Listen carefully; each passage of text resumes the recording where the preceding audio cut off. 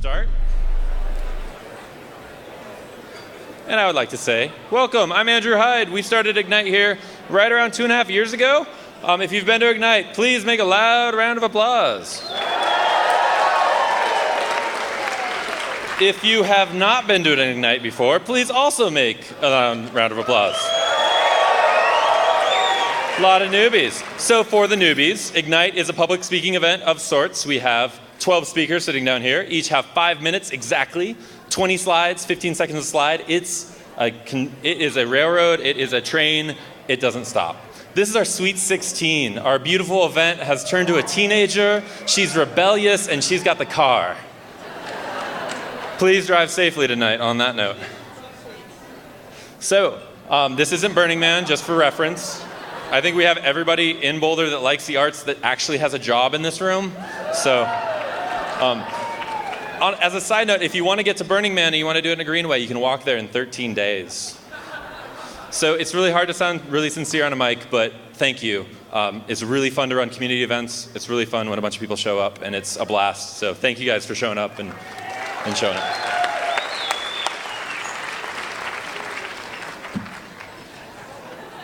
That was your cue. Yeah. So, on that note, none of tonight's speakers are professional. This is not what they do. This is what they do for fun. They're geeks. They're not public speakers. So,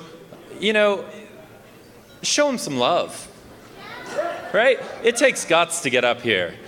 Now, on the Boulder front, it shouldn't be glass silent out there. It shouldn't. Yeah, we used to have heckling, and then we kind of got rid of it. So please feel free to participate in a positive way. Yell, clap, interact. But tone down the heckling if you would be so kind, Terry. The hashtag, if you're on the Twitters, is Ignite Boulder. Please use that.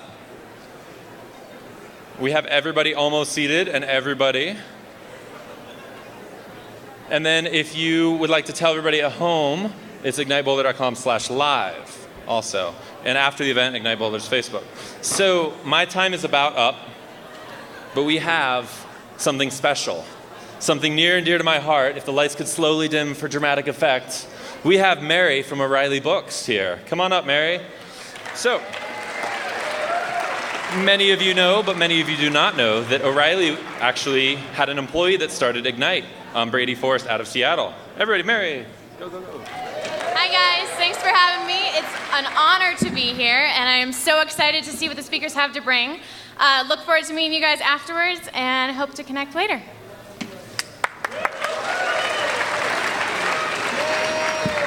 We also, who here works in startups? A few. You can be loud, you can participate. So for those of us who don't, Founder Group is a large venture capital firm in town, and they're making a big announcement today right before intermission, so look forward to that. It's really hard to go first. Nobody ever wants to go first. So if you guys can all start giving a bow, wow, wow, yippee all, yippee yay, and I mean that sincerely. The first deck's always a tough. We have our friend. Please give a very warm welcome to F. Rodriguez.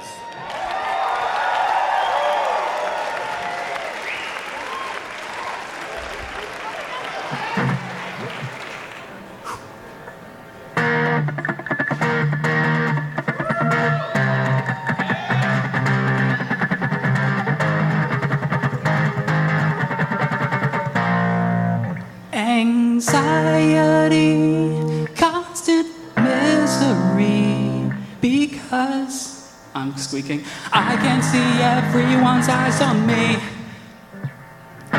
Being nervous, yeah. Being nervous is a normal part of public speaking. It's something that you encounter when you get in front of people who don't know you but are, for whatever reason, paying to listen to you.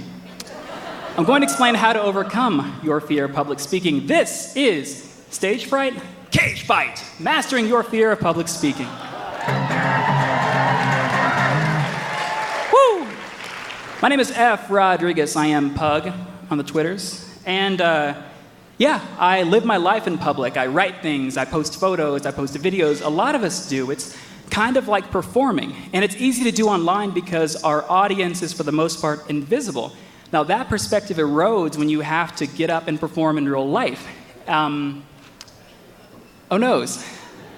Because you start to think about, all the things that could go wrong, and it's pretty taxing. Now, I put on a lot of events locally, and people end up on stage speaking to more than 1,000 people. And so they ask me, I need advice. What do I do when I get up there? Happy to help. So if you've attended Ignite Boulder before, you've seen me forget my lyrics and lose my place. There was that one time where I hit puberty during my 7th slide. Gross. That's an evolving Pokemon. It's like puberty. Anyway, so no matter where you do your public speaking, whether it's for a bunch of Dorkasauruses at the office or on stage at Ignite Boulder, there are things that can help you speak better. So one of those things is pumping yourself up, inflating yourself. This is something, old school, yeah. This is something that rappers do a lot of. Now, I'm no stranger to the rap game. I mean, I keep it realsies, like a banana peelsies. What? So rappers are awesome at this because they overstate everything. Their mic skills, their bankroll, how deep they roll. That's a term. And so you can learn a lot from them. And this is something I do before every event. So I start to look myself in the mirror and I see, Biggie and Tupac in my eyes. I feel that thug life permeating through my bones. I'm getting grimy, getting slimy. See, I wasn't going to be able to do that with a straight face. I really tried. So I don't mean that you need to throw gang signs. It's not a gang sign. Or anything like that. I just mean you need to approach public speaking in an aggressive manner. Okay? Now you see this in the animal kingdom. I think this is my next slide. In the animal kingdom, there are animals who project, they just roar, right? Because they don't have the benefit of words like rump roast and retweet. We do. So, lions will roar, elephants do that. That's not an elephant sound, but you know what I mean. They make the noise. Roosters. So these are animals that are getting by on volume alone. I want you to get away from that. I want you to focus on the more understated animals, such as the peacock. The peacock isn't loud. The peacock gets by on its kind of visual gravitas. But the thing about the peacock is that the peacock is not street, and I want you to think street. Ducks are street.